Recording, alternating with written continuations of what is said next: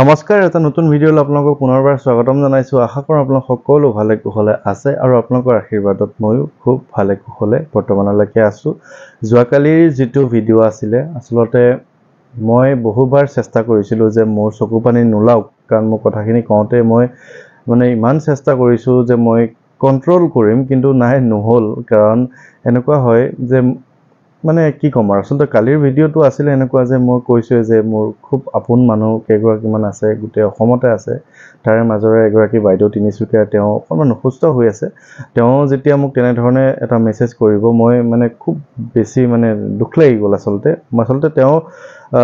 তেওঁ বুলিয়ে নহয়, মই সকলোকে খুব বেছি ভাল পাওঁ আৰু বহু লোক অসুস্থ হৈ আছে। তেওঁলোকে মোক যেতিয়া তেনেধৰণে অলপ মোক যে তেওঁলোকে ভাল পায় বা তেওঁলোকে মোৰ ভিডিঅ' চাই টোপনি যায়, তেওঁ মোৰ ভিডিঅ' চাই সেই অসুখৰ মাজতো অকণমান আনন্দ লাভ কৰে, সেই কথাখিনি যেতিয়া কয় যে তেতিয়া মনটো যিমান ভাল লাগে সিমান বেছি আৱেগিক হৈ যায় যে হয় কোনোবা এজনটো হয়তো মোৰ বাবে ভিডিঅ'খিনিৰ দ্বাৰা কিবা এটাতো তেওঁ পাইছে, যাৰ বাবে তেওঁ সাহস পাইছে। গতিকে তেনেধৰণৰ ভিডিঅ'টো কওঁতে মোৰ চকু পানী নৰল, আৰু যাৰ বাবে কালি মোৰ ভিডিঅ'টো চাই অসমৰ বিভিন্ন ঠাইত বিভিন্নজনে মোক মৰম কৰা, ভাল পোৱা বা মোৰ ভিডিঅ' চাই ভাল পোৱা সকলোৱে চকু পানী টুকিছে, মোক মেছেজ কৰিছে ব্যক্তিগতভাৱেও। আৰু তেতিয়া মোৰ অলপ আচলতে দুখ লাগিছে যে হয় মই কান্দিব নালাগিছিল হয়তো, কিন্তু উপায় নাই, চকু পানীবোৰ স্বতঃস্ফূৰ্তভাৱে ওলাই আহে, আপুনি ৰখাব নোৱাৰে। আৰু চকু পানী ৰখোৱাটো বেয়া কথা। মই আচলতে সেইকাৰণেহে তেনেধৰণে ভিডিঅ'টো দি দিলোঁ। আপোনালোকে কান্দিছে, আপোনালোকে দুখ পাইছে বুলি শুনি মোৰো বেয়া লাগিছে, কিন্তু যি কি নহওক আপোনালোকৰ সেই চকু পানী বা সেই আশীৰ্বাদত যদি সেই বাইদেউ কেইগৰাকী যিকেইগৰাকী অসুস্থ হৈ আছে তেওঁলোক যদি সুস্থ হৈ উঠে ভগৱানৰ আশীৰ্বাদত, আপোনালোকৰ মৰম চেনেহ আদৰত, তাৰ বাবে আৰু মোকনো আৰু কি লাগে কওকচোন।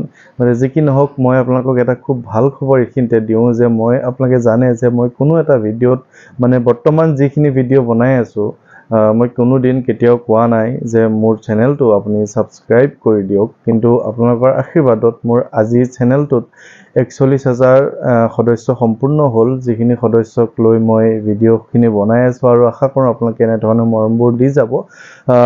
আজি যিটো মই ভিডিঅ' বনাব ওলাইছোঁ, সেই ভিডিঅ'টো আচলতে এনেকুৱা ধৰণৰ যে বহুতে মোক প্ৰশ্ন কৰে যে বজৰংগ বাণখন পাঠ কৰিলে কিবা অপকাৰ হ'ব নেকি, কিবা অসুবিধা হ'ব নেকি, তেনেধৰণে প্ৰশ্ন কৰি থাকে। আৰু মই আপোনালোকক সাহস দি থাকোঁ যে নহয়, বজৰং বাণ পাঠ কৰিব পাৰে আপোনালোকে, কিন্তু আচলতে বজৰং বাণত কি আছে বা বজৰং বাণখনত কি শব্দ লিখা আছে, কি শক্তি সোমাই থোৱা আছে হনুমানজীৰ, সেই কথাখিনি মই আপোনালোকক ক'বলৈ এই ভিডিঅ'টোত মই বিচাৰিম।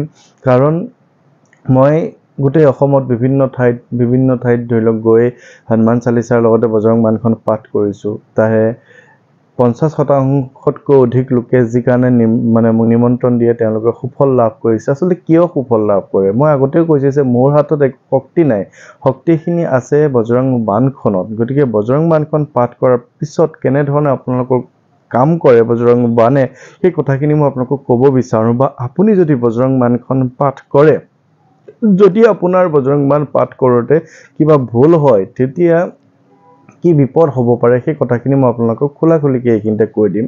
আৰু মই এইখিনিতে ক'ব বিচাৰোঁ যে হনুমান চালিচাখনত ইমান বেছি শক্তি আছে যে আপোনালোকে যেতিয়া হনুমান চালিচাখন নিজৰ যিকোনো বিপদ আপদ হোৱাৰ পিছত হ'লেও পাঠ কৰিব পাৰে, বা বিপদ আপদ নহওঁতেও আপুনি পাঠ কৰিব পাৰে, যাতে আপোনাৰ জীৱনত কোনো ধৰণৰ বিপদ আপদ অপায় অমংগল যাতে নহয়। হনুমানজীয়ে ইমানখিনি শক্তি দি থাকে আপোনাক যে আপুনি যদি আজিৰ পৰা হনুমান চালিচাখন পাঠ কৰে, আগন্তুক সময়ত আপোনাৰ কোনো ধৰণৰ বিপদ আপদ তেনেধৰণৰ নহয়। সৰু সুৰা জীৱনত ঘাত প্ৰতিঘাত সকলোৰে থাকিব, কিন্তু ডাঙৰ কোনো ধৰণৰ বিপদ আপদ নহয়, সেই কথাটো মই আপোনালোকক ক'ব পাৰোঁ। কিন্তু যেতিয়া আপোনাৰ ধৰি লওক হনুমান চালিচাখন পাঠ কৰাৰ পিছতো আপুনি ভাবে যে নহয়, মই আৰু অলপমান বেছি শক্তি প্ৰয়োগ কৰিব লাগে, যাৰ দ্বাৰা হনুমানজী নিজে আহি আমাৰ মাজত উপস্থিত হ'লেও হওক, বা তেখেতৰ শক্তিৰ দ্বাৰা আমি কিছুমান জীৱনৰ ডাঙৰ সমস্যা সমাধান কৰিব পাৰোঁ। মই আপোনালোকক ক'ব বিচাৰিম যে বজৰং বাণখনত কেনেধৰণৰ কি শব্দ লিখা আছে বা কেনেধৰণে বজৰং বলীয়ে আপোনাক সহায় কৰে, এই গোটেই কথাখিনি মই কওঁ। তাৰ আৰম্ভণিটো এনেকুৱা ধৰণে কৰা হয় যে আচলতে হনুমান চালিচাখন তুলসী দাস এজন সন্ত আছিল, তেওঁ লিখিছিলে। তেওঁৰ কিবা সমস্যাত পৰি ঠিক তেনেধৰণৰ বজৰং বাণখনো তেওঁৱে লিখা। আৰু তেওঁ যেতিয়া লিখিছিলে বজৰং বাণখন কোৱা হৈছিলে যে এনেধৰণে প্ৰয়োগ কৰা হ'ব, যি প্ৰয়োগ কৰাৰ পিছত আপোনাৰ ঘৰখনত থকা যিকোনো নিগেটিভিটি বা ঘৰখনত থকা যিকোনো অপায় অমংগল ভূত প্ৰেতৰ পৰা আদি কৰি আপোনাৰ নোহোৱা কাম কিছুমান হৈ যায়, বা আপোনাৰ ঘৰখনত যদি কোনোবাই কিবা অপায় অমংগল বা বেজ বেজালি তন্ত্ৰ মন্ত্ৰৰ দ্বাৰা কিবা ক্ষতি কৰি থৈছে, এই সকলোখিনি বজৰংগ বাণখনৰ দ্বাৰা দূৰ হৈ যাব। কিন্তু আচলতে লিখিছে কি, আৰম্ভণিটো বজৰংগ বাণৰ দোহাটোতে লিখা আছে যে নিশ্চয় প্ৰেম প্ৰতি তিতে বিনয় কৰে সন্মান, তেহিকে কাৰ্যত সকল শুভ সিদ্ধ কৰে হনুমান। তাৰমানে আমি এনেধৰণে ভাঙনি কৰিব লাগিব যে নিশ্চয় এটাৰ সৈতে প্ৰেম প্ৰীতি বিনয় সন্মান কৰি যেতিয়া তেখেতক আমি আমাৰ মনৰ কামনাখিনি মনোকামনাখিনি তেখেতৰ ওচৰত অৰ্পণ কৰোঁ, তেহিকে কাৰ্য সকল শুভ সিদ্ধ কৰে হনুমান। হনুমানজীয়ে আপোনাৰ সকলোখিনি মনোকামনা সিদ্ধি কৰি দিব বা সিদ্ধ কৰে হনুমান। তাৰপিছত এনেধৰণে কোৱা হয় যে জয় হনুমন্ত সন্ত হিতকাৰী, হে হনুমান তুমি সন্তৰ হিতকাৰী, শুনলি যে প্ৰভু অৰিজি হামাৰী, হে প্ৰভু তুমি আমাৰ আবেদন আমাৰ নিবেদনখিনি তুমি শুনা। জনকে কাজ বিলম্বনা কি যে, আমাৰ কামটো তুমি বিলম্ব নকৰিবা। আতুৰ দৰি মহাসুখ দিজে, যিহেতু তুমি পৱন পুত্ৰ, তুমি আমাক সুখ দিয়া। কি সুখ দিয়া? মহাসুখ দিজে, মহাসুখ মানে সুখৰ ওপৰত তুমি দিয়া। যিখিনিৰ কাৰণে আমি বিপদত পৰি আছোঁ, যি দুখত আমি পৰি আছোঁ, সেই দুখখিনিৰ পৰা তুমি আমাক উদ্ধাৰ কৰা। এনেবোৰ কথা আচলতে আৰম্ভণিতে কোৱা হয়। আৰু তাৰপিছত এনেধৰণে কোৱা হয় जैसे कूदी सिंधु मही पारा, सुरसा वदन पैठी विस्तारा, आगे जाए लंकिनी रोका, मारोहु लाट गए सुरलोका। जाए विभीषण को सुख दीन्हा, सीता निरखी परम पद लेन्हा, बा गुजारी सिंधु महाबोरा, ओटी आतुर जमकातर तोरा। अक्षय कुमार को मारी संहारा, लोम लपेट लंक को जारा, लासमान लंक जर गए, जय जय ध्वनि सुरपुर नम भये। এইখিনিতে আমি ভাঙনি কৰিলে এনেকৈ গম পাম যে তুমি যেনেধৰণে তুমি সিন্ধু পাৰ কৰিব পাৰিছিলা, ঠিক তেনেকৈ তুমি গৈ সীতাক মাক বিচাৰি উলিয়াব পাৰিছিলা, পৰম সুখ দিব পাৰিছিলা। তুমি বিভীষণক তুমি পৰম সুখ দিব পাৰিছিলা, তুমি লংকা উজাৰি চাৰখাৰ কৰিব পাৰিছিলা, তুমি অক্ষয় কুমাৰক ৰাৱণৰ পুত্ৰক তুমি মাৰি সংহাৰিব পাৰিছিলা। তুমি ইমানখিনি কাম কৰিব পাৰিছিলা। হে প্ৰভু হে হনুমান, অবু বিলম্ব কে হি কাৰণ স্বামী, কৃপা কৰহু উৰ অন্তৰ্যামী। হে প্ৰভু তুমি এতিয়া কিয় বিলম্ব কৰি আছা? হে অন্তৰ্যামী, তুমিতো সকলো জানা, তুমি আমাক কৃপা কৰা। এনেবোৰ কথা আচলতে লিখা হয় কাৰণে বজৰংগ বাণখনত হনুমানজীয়ে আমাৰ যিখিনি মানে বিপদ আপদৰ পৰা আমি তেখেতক মাতোঁ, তেওঁ আমাক সহায় কৰি দিয়ে। ভূত প্ৰেত পিশাচ নিশাচৰ অগ্নি বেতাল, কাল মাৰি মৰে ইনহে মাৰুতুহি শপথ ৰাম কি। হে প্ৰভু ভূত হওক, পিশাচ হওক, কাল হওক, বেতাল হওক, বা অন্য যদি কিবা বেয়া বস্তু আছে, বেয়া শক্তি আছে, সেই গোটেই বেয়া শক্তি বেয়া বস্তুখিনি তুমি মাৰি দিয়া। তোমাক মই ৰামৰ শপত দিছোঁ হে প্ৰভু। আৰু এনেধৰণে কোৱা হয় যে জনক সুতা হৰি দাস কহাব, তাক কি শপত বিলম্ব না লাভ। হে প্ৰভু তোমাক মই সীতামাৰ শপতো ইয়াৰ লগে লগে দি দিছোঁ, যাতে তুমি মানে যিটো তোমাক মই কাম দিছোঁ, যিটো মই কৰিব দিছোঁ, যাতে তুমি বিলম্ব নকৰা। আৰু এনেধৰণৰ কথাবোৰ কোৱা হয় কাৰণেই হনুমানজীয়ে ৰামৰ শপত দিয়া হয় কাৰণেই তেওঁ আমাৰ বিপদ আপদৰ পৰা লগে লগে উদ্ধাৰ কৰি দিয়ে। अपने जन को तुरंत उबारो, सुमिरत होए आनंद हमारो। अपने जन को, अपने মানে তোমাৰ জনতা, তোমাৰ যিখিনি আপোন মানুহ, সেইখিনিক তুমি তুৰন্তে উদ্ধাৰ কৰা।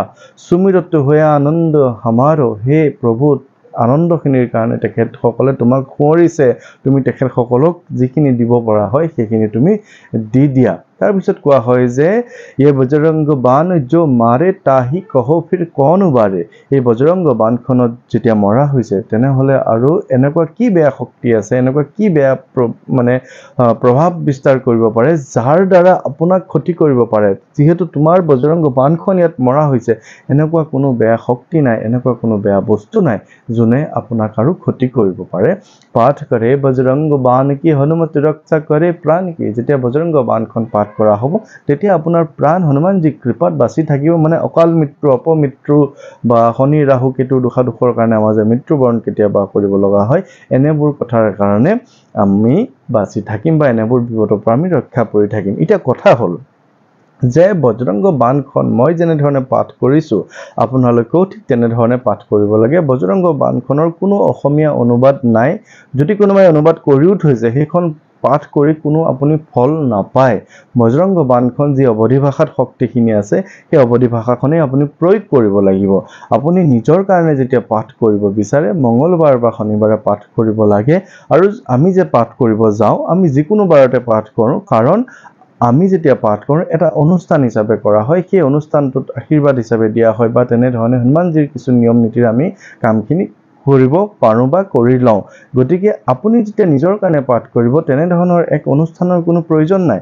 আপুনি কেৱল ধূপ চাকি বন্তি তেনে ধৰণে জ্বলাই লৈ আপুনি মনৰ আশাখিনি কৈ বা খুব একান্তভাৱে প্ৰথমতে চালিচাখন পাঠ কৰি তাৰ পিছত আপুনি বজৰং বাণখন আপুনি পাঠ কৰিব পাৰে ইয়াত কোনো ধৰণৰ অসুবিধা নাই বজৰং বাণ পাঠ কৰিলে আপোনাৰ একো ক্ষতি নহয় কিন্তু ইয়াতে এটা কথা আছে যে যদি বজৰংগ বাণখন আপুনি শুদ্ধকৈ পাঠ নকৰে তেনেহলে আপোনাৰ কামত নাহে কথাটো সেইটোৱে আপুনি যেতিয়া কামত আহিবৰ কাৰণে আপুনি বজৰংগ বাণখন পাঠ কৰিব ইমান এক ডাঙৰ শক্তি আপুনি প্ৰয়োগ কৰিব সেই শক্তিখিনি আপুনি শুদ্ধকৈ পাঠ কৰিব লাগিবই যদি আপুনি শুদ্ধকৈ পাঠ কৰে তেতিয়াহে তেওঁক আমি আপোনাৰ ওচৰলৈ মানে যদি আপুনি পাঠ কৰিছে আপোনাৰ ওচৰলৈ তেওঁক আপুনি আমন্ত্ৰণ জনোৱা হয় আমন্ত্ৰণ কৰি তেখেতক আপুনি আপোনাৰ কথাখিনি জনাই তেখেতক আমি খুব সোনকালে আপোনাৰ কামখিনি সমাধান কৰিবৰ বাবে আমি ৰামৰ শপত দি দিওঁ বা তেনে ধৰণে কথাখিনি কোৱা হয় সেই কাৰণে বজৰং বাণখনৰ শক্তি বহুত বেছি আপুনি পাঠ কৰক কোনো অসুবিধা নাই কেৱল এটা কথা মন কৰিব যে আপুনি শুদ্ধকৈ পাঠ কৰিব